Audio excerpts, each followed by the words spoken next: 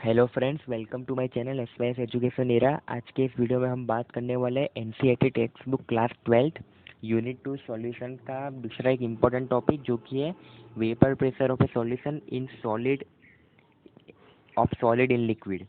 हम पहले वाले वीडियो में राउल्ट्स लॉ और Raoult's law special case of Henry's law भी पढ़ चुके हैं। अगर आप वो पढ़ना चाहते हैं तो वो हमारे चैनल के प्लेलिस्ट में आपको वीडियो मिल जाएगा, आप वहाँ से देख सकते हैं। और साथ ही साथ प्लीज़ आप अगर हमारे चैनल पे नए हो तो चैनल को सब्सक्राइब करना मत भूलिए और साथ ही साथ बेल नोटिफिकेशन को भी ऑन रखिए, जिससे हमारे आने वाले लेटेस्ट वीडियो की नोटिफिकेशन आपको सबसे पहले मिल जाएगी। और आप हमारे चैनल से जुड़े रहना चाहते हैं तो व्हाट्सएप ग्रुप हमने क्रिएट किया है, उसकी लिंक आपको डिस्क्रिप्शन में मिल जाएगी, तो आप वो भी ज्वाइन कर सकते हैं। वो ग्रुप में आपको इम्पोर्टेंट मटेरियल और वीडियोस की लिंक मिलती रहेगी। तो चलिए आज का टॉपिक शुरू करते हैं। Another important class of solution consist of solid dissolved in liquid, for example sodium chloride, glucose, urea and sugar cane in water and iodine and sulphur dissolved in carbon dioxide. तो बोला गया है कि एक दूसरे इम्पोर्टेंट दूसरे important solution के class है जो कि sodium chloride NaCl, glucose C6H6O12, urea and cane sugar in water. Some physical property of these solution are quite different from those of pure solvent. For example, vapor pressure. मतलब बोला है कि ये थोड़ी थोड़ी फिजिकल प्रॉपर्टी है जो एक दूसरे से थोड़ी अलग है, पर पूरी अलग नहीं है, खाली थोड़ा माइनर चेंजेस है। फॉर एग्जांपल वेपर प्रेशर, हम आपको भी समझ सकते हैं कि देखो सोडियम क्लोराइड और ग्लूकोज का वेपर प्रेशर डिफरेंट होगा, ऑल्दो वो सेम कैटेगरी में आते हैं पर उनका वो वेपर प्रेशर अलग होगा। ऐसे बहुत सारे फैक्टर है कि जो थोड़ा वेरी करेंगे लिक्विड बाय लिक्विड में। We have learned in Unit 5, Class 11 that liquid at a given temperature, vapor, and under equilibrium condition, the pressure exerted by vapors of the liquid over the liquid phase is called vapor pressure।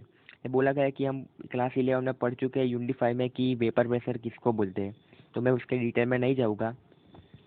In a pure liquid, the entire surface is occupied by the molecule of the liquid. If a non-volatile solute is added to a solvent to give a solution, vapor pressure of the solution is only from the solvent alone। बोला गया है कि एक pure liquid है जो entire उसका surface occupy है molecule से, और अगर एक हम नॉन वोलेटाइल सॉल्यूट को ऐड कर दे तो वो वेपर प्रेशर को वेरी करेगा फ्रॉम सॉल्वेंट अलोंग, मतलब एक पूरा एक सरफेस अलग बन जाएगा। उसका हम डिस्कशन आगे के पार्ट में करते हैं। अब आते हैं this vapour pressure of the solution at a given temperature is found to be lower than the vapour pressure of the pure solvent at the same temperature. बोला गया है कि ये जो सरफेस बनेगा उस एक कांस्टेंट टेम्परेचर पे वो लोअर होगा vapour pressure of pure solvent. वो तो आप जान ही आप समझ भी सकते हैं कि देखो सॉल्वेंट हमेशा ज़्यादा क्वांटिटी में होता है और सॉल्यूट कम, तो सॉल्वेंट का मेजोरिटी ज़्यादा ही होगा वेपर प्रेशर सॉल्यूट के कंपेयर में, तो यहाँ पे वही बोला है। In the solution the surface has both solute and solvent molecule. हमको पता है कि जो भी सॉल्यूशन होता है उसके सरफेस पे दोनों पार्टिकल प्रेजेंट होते हैं, सॉल्यूट और सॉल्वेंट। ये हम इस क्लास 12 के चैप्टर 5 सरफेस केमिस्ट्री में पढ़ने वाले हैं डिटेल में। Thereby the fraction of the surface covered by the solvent molecule gets reduced. Consequently, the number of solvent molecule escaping from the surface is corresponding reduced. Thus the vapor pressure is also reduced। कि बोला गया है कि इसके कारण solvent molecule भी कम हो जाते हैं, consequently the number of solvent escaping from the surface वो भी कम हो जाता है, देयरफॉर ओवरऑल वेपर प्रेशर भी कम हो जाता है।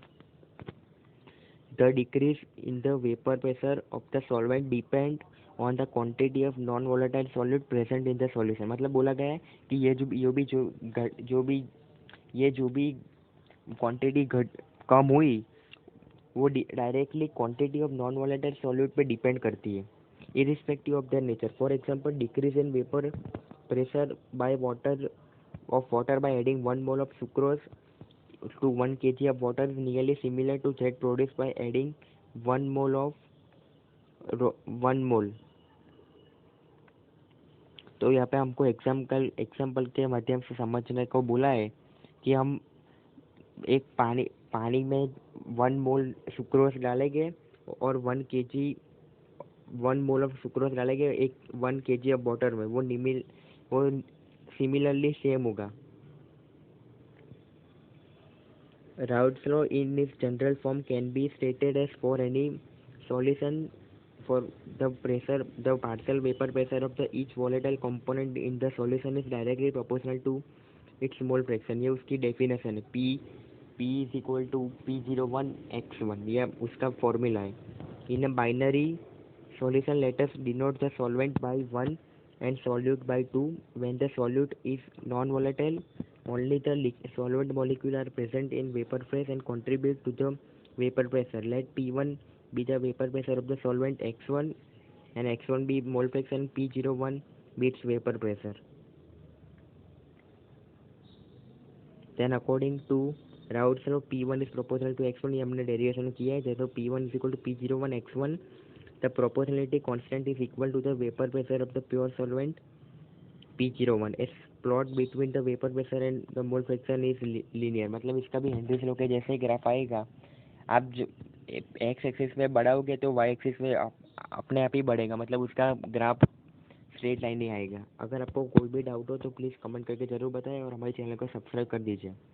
Thanks for watching.